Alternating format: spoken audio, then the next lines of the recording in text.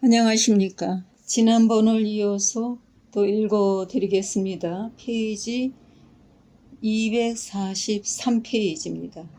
밑입니다.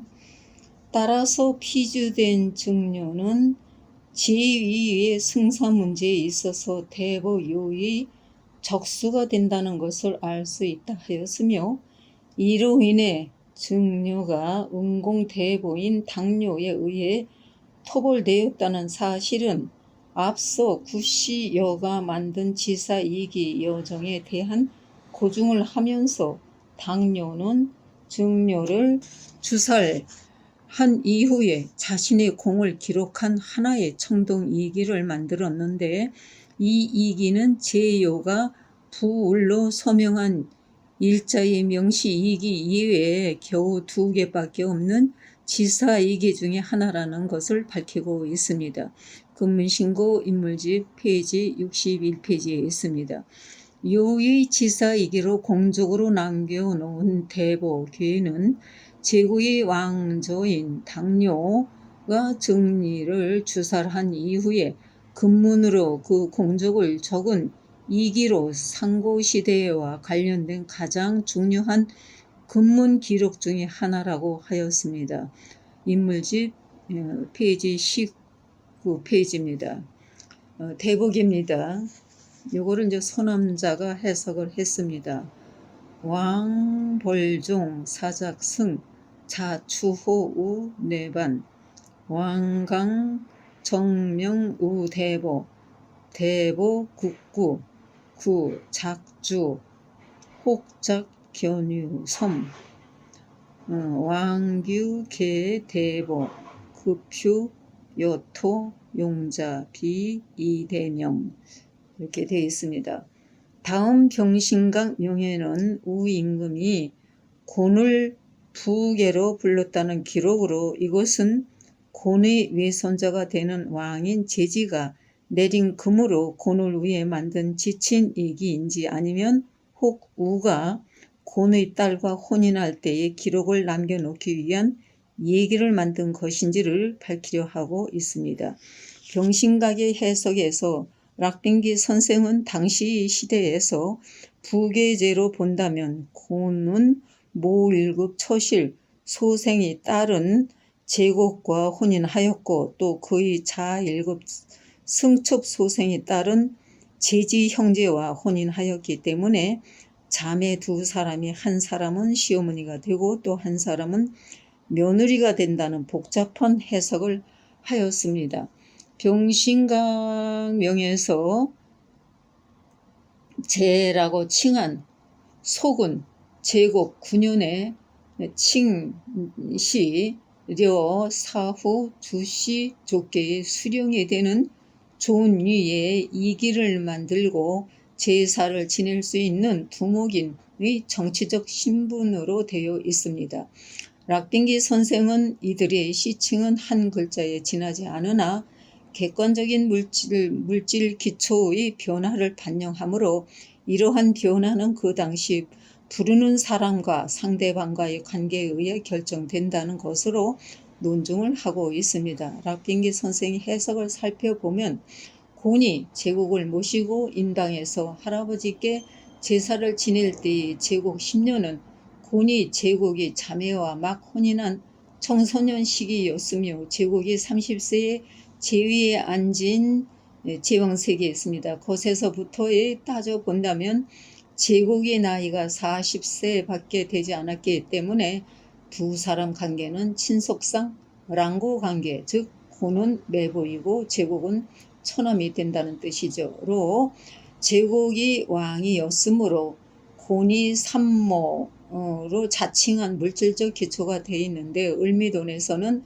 이르러서는 제국이 제위 55년이 되었고 임종 1년 전이므로 곤은 그동안 제국의 모 1급 초석의 소생의 딸과 혼인하여 자신의 자 1급 인첩으로 삼음으로써 그의 나이는 65세 안팎이었을 것으로 이로 인해 자신을 낮추어 부르는 계기가 되었다는 락빙기 선생의 해석입니다.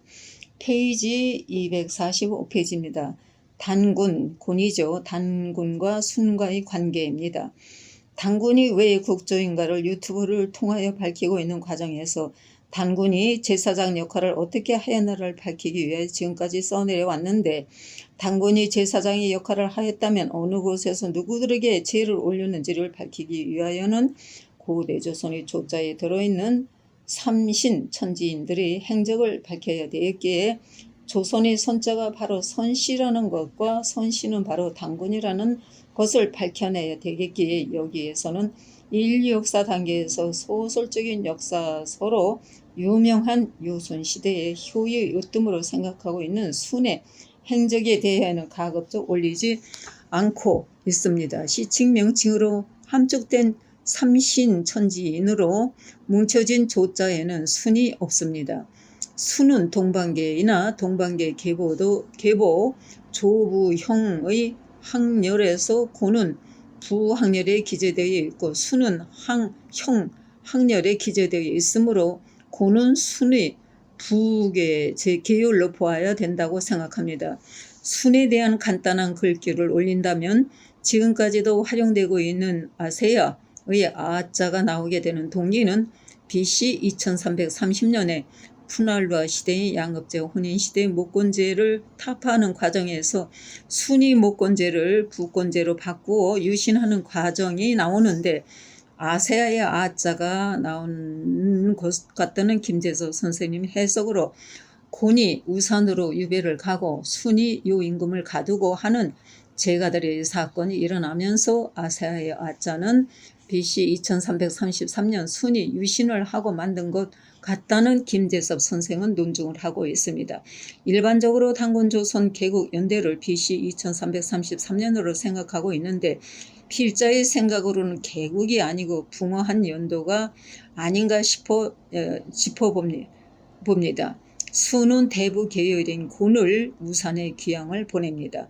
군문신고 전적집 병적집 페이지 80의 기록으로 살펴본다면 곤이 치수 홍수, 그러니까 공중에 음모한 바가 있다 해요. 그로 인해 대감 직책을 군연하고 우산으로 쫓겨가 죽는다는 내용이 나옵니다. 요전으로 되어 있습니다. 이 곤의 묘는 산동 노남의 우산 정상에 곤의 묘가 있다고는 하였는데 찾을 수가 없습니다. 극곤 우산은 제요 10년에 순이 제요 대신 천자를 대신해 섭정하기 시작한 이유가 됩니다. 곤을 국한 우산은 한서 지리제에서 동해군의 축기라는 곳이 있는데, 그 아래에 곤을 국한 우산은 축기현 서남쪽에 있다라고 주하였습니다. 아래 사진은 곤이 주사를 당하는 장면입니다. 중국 학자들이 토론집에서 인용한 것입니다. 이 길거에서 곤을 국한 우산은 축기현 서남쪽에 있다라고 주하였는데, 다른 한편으로는 저기후라고도 하였습니다.